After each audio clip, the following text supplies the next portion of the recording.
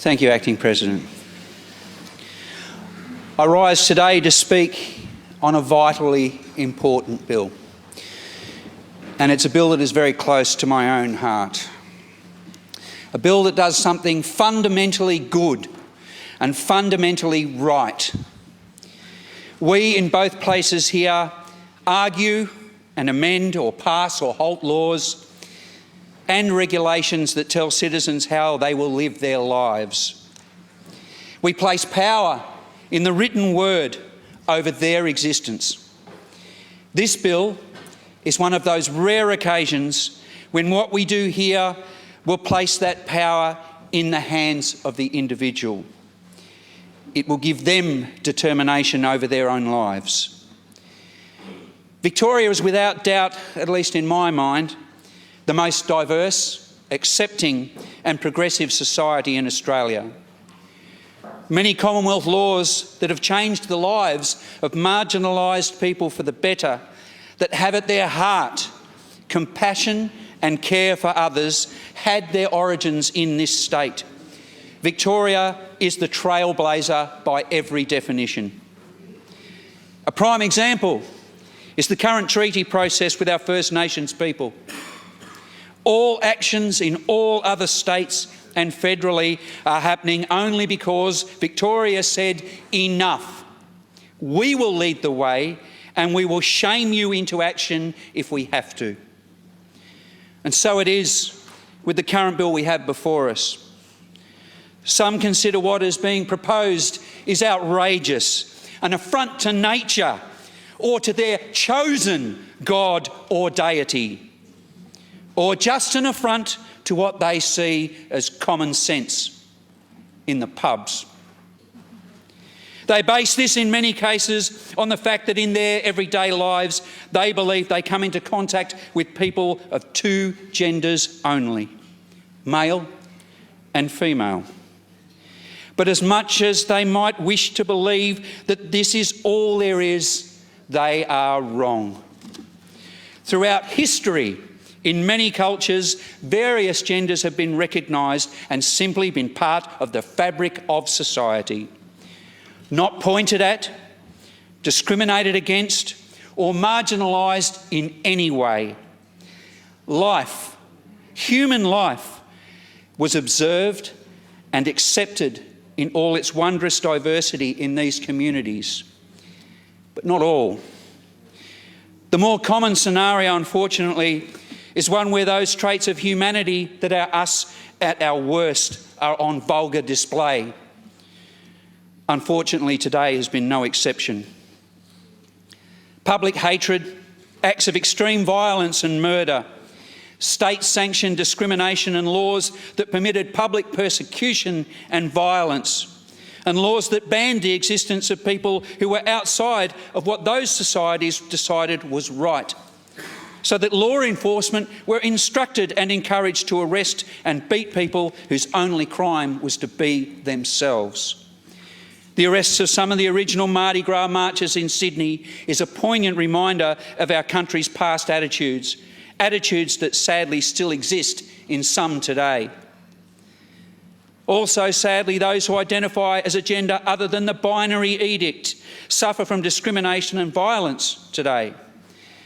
And it starts from childhood. I'd like you all to please indulge me just for a few minutes and close your eyes while I relate to you a true life experience.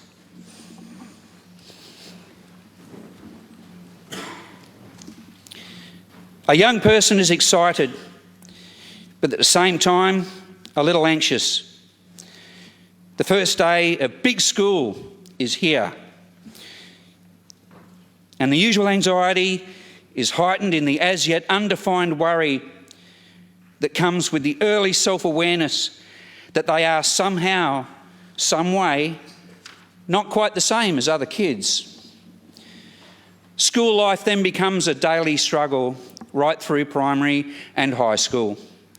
As an education system that is slowly coming to grips with children with Asperger's and autism fails to recognise how to manage their needs, their feelings, and is unaware of the hurt that is beginning to be dealt out from other students, both physical and emotional.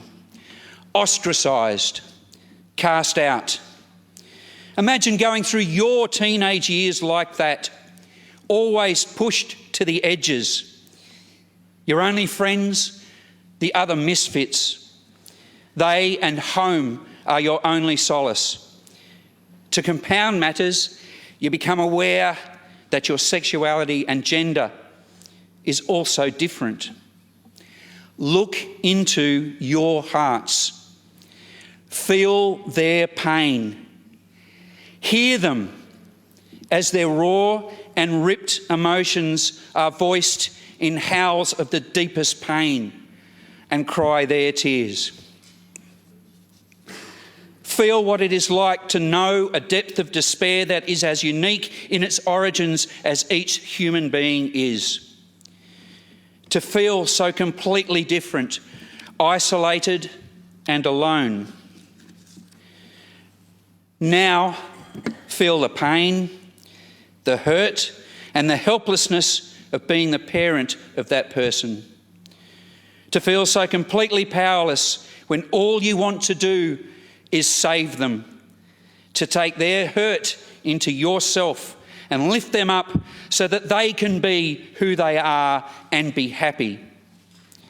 You do all you possibly can as a parent and more.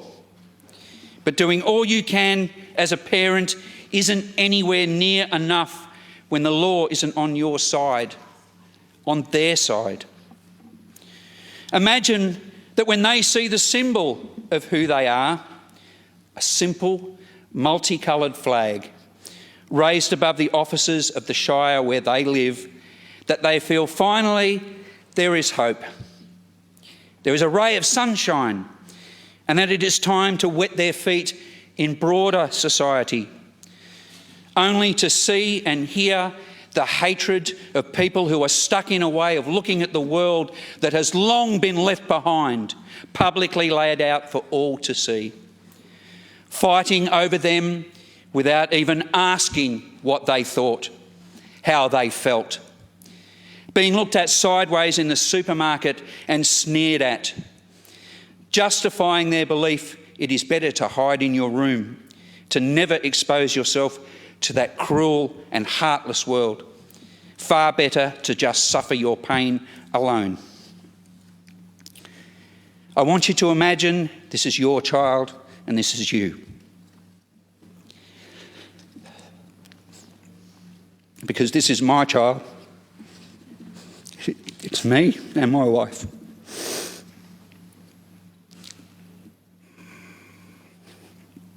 It's also your neighbour, your cousin, your friend's child. They are a part of your family and your community. And they deserve the right to stand proudly as who they are, like everyone else, with a legal document that allows them to get a driver's licence, open a bank account, or for them to obtain a passport and travel as who they are. But we can never move forward with acceptance for trans people until they can be legally recognised as their true selves. I want each and every child, each and every adult, each and every parent going through this to know you are not alone.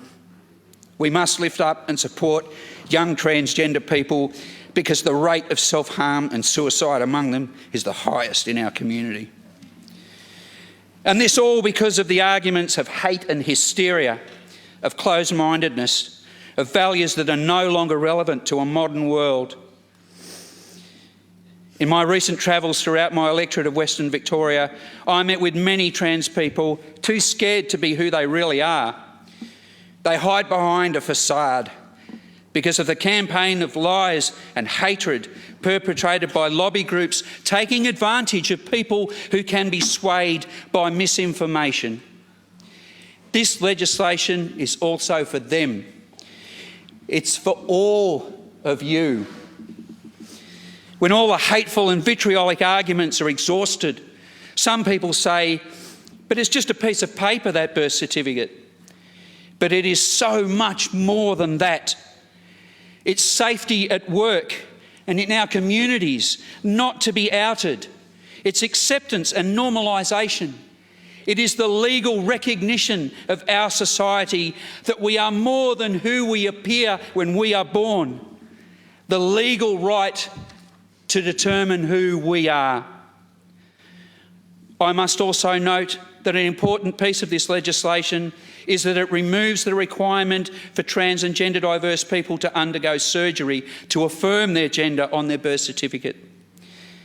My son, Eden, has had some surgery, but doesn't want any more. And while this requirement might seem confusing to some, he so bravely and perfectly explained it in an ABC News interview in the lead up to this debate. Not all of us want our bodies sculpted to be the binary idea of what a man and a woman is. I wholeheartedly endorse this legislation with every fibre of my being, and I hope that those others, those who I have met and know, and all who I never will be heartened to know that we love you and we stand with you. I stand with and I acknowledge the enormous volume of work that Transgender Victoria have done in this space, in particular Brenda Appleton and Sally Goldner, and also Sally Conning, who has been on the journey of a lifetime to arrive with us at this point. Of the amazing Ro Allen, I take my hat off to you.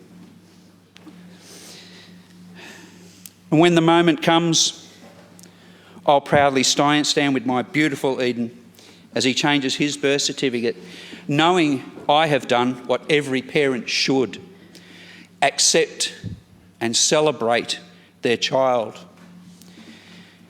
Many friends and visitors to our home have seen a small but powerful note on Eden's bedroom door that says, "Just a reminder, I'm not a girl." I look forward to the day that Eden can take that sign down, because people won't care what his gender is. They won't see him as different.